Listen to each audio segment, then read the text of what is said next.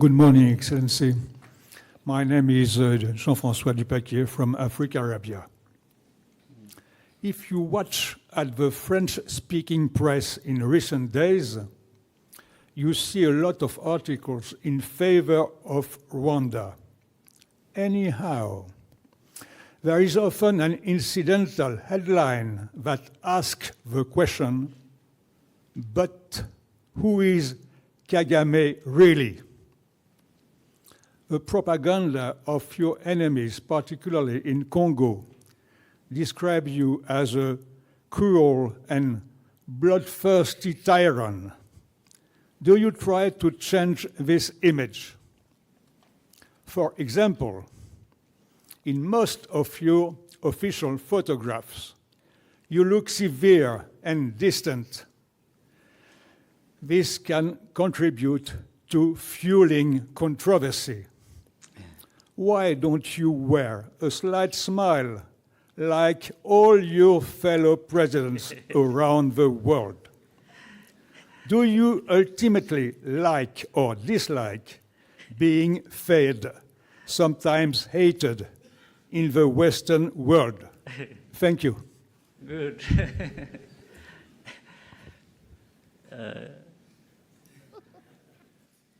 I think you have summarized well the questions that have been there but not asked directly.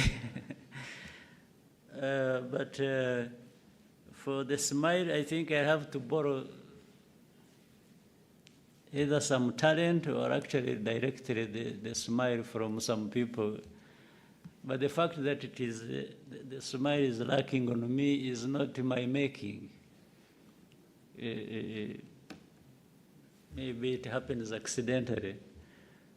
But very interesting way of putting your question. I try to answer it this way. Starting with who is me, who is the person. I have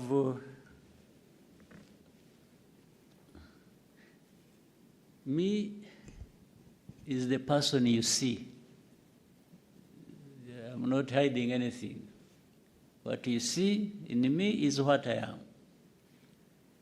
If you are just going by the looks or by whatever, or what I do more, I think is what may describe me than my physical looks.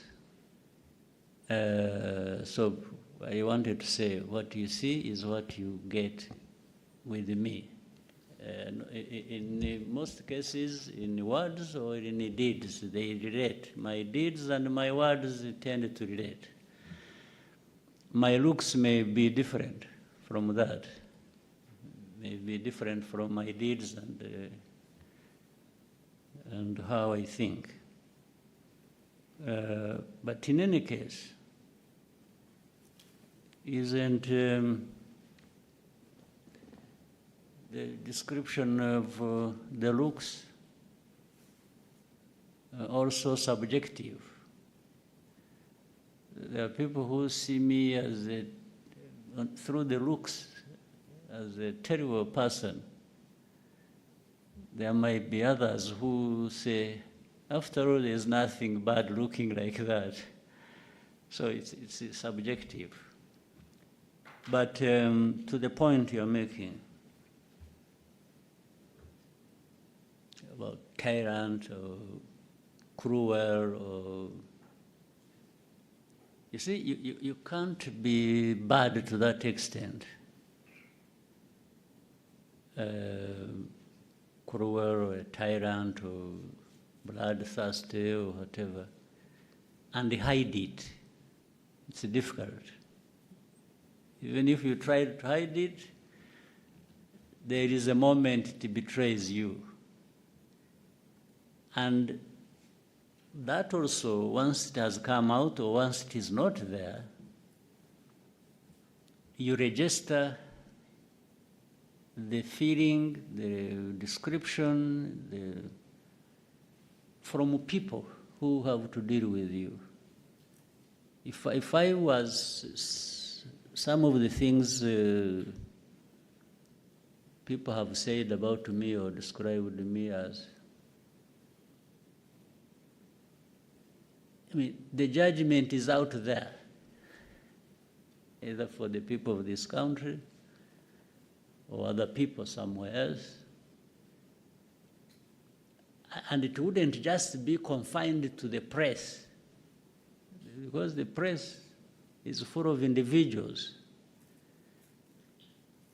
But these individuals don't add up to a population that is as big as Rwanda's, even if Rwanda is very small. These are just individuals. 5 in France, 10 in America, 3 in China, 2 in Belgium, and so on and so forth. If you add all of them up, and they are even all negative and saying things about me, surely these can't be the people that are right and the rest wrong. But they only take advantage of the platform they have, they're able to command some voice that they put out there for people to, even people who don't know what you're talking. There are many people who even don't know about Kagame and get to know him by what a journalist has said, or one in the press has said. And in many cases, in my experience, some of them have started by hearing what the journalist said, and they ended up saying, but we've been told lies, when they come to know this through other means, either by direct contact or visit or whatever, and interaction with other people who know this person that has been talked about.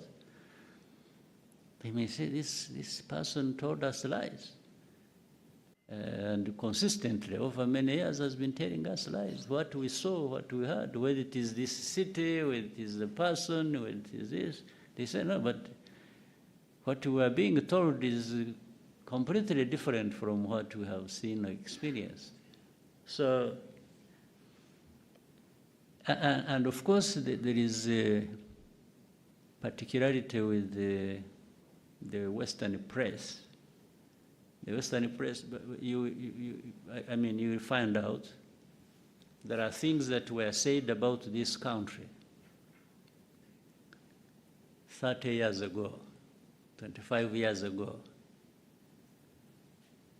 that are being repeated now, which means, according to them, nothing has changed. They talk about Rwanda, very poor population. We are poor. We are not where the developed countries are, for sure. But this poverty, the way it was in 1995, in 2000, is not the way it is in 2024. But somebody will keep writing in the press, like what we have today is the same thing as we had 25 years ago, and keep just rubbing it in. You know, even the Kagame and his looks and so on, I've been trying, in recent days, I've been trying with a smile. Maybe it's not a good smile, but I've been trying. So the Kagame you saw in 95, in 94, 2000, anyway, there was no smile. There was nothing to smile about, so I didn't smile.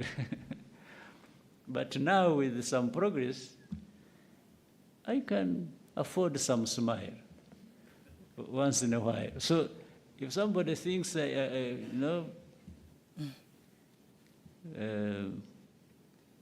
that, I have even grown gray hair. Last time I had black, My hair was black, and now it is gray. It is actually disappearing. I may be bald. But so if you think the Kagame you saw 20 years ago is the same now, no, it is a misrepresentation. But even then, that time, I looked different, and the press may not have liked the way I look,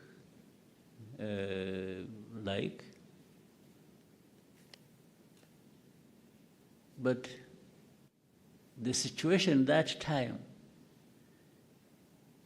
maybe looked like that itself. So I can't be in a heap of dirt and then I'm smiling. I mean, that's a lie. I would be a liar. I would be pretending. I would actually be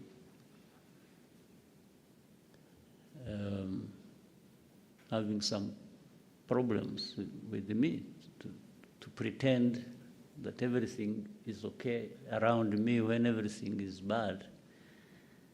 So, finally, the Kagame you see or there, or you like, or you don't like, is going to be there anyway. I don't need anybody to like me or to hate me to live my life. I live my life whether you like me or you don't like me. And I have my views, I express them, I do things, so I owe my living to not a single individual or country, even if powerful ones. No, we are all human beings created, sometimes they say by God, I don't know, maybe we are there for something. But so for somebody to have powers over me, that one I can tell you is not possible. Even the most powerful didn't create me. Who created them, first of all? And we are all here just temporarily. If we are lucky, we live up to 100 years. Those are the luckiest.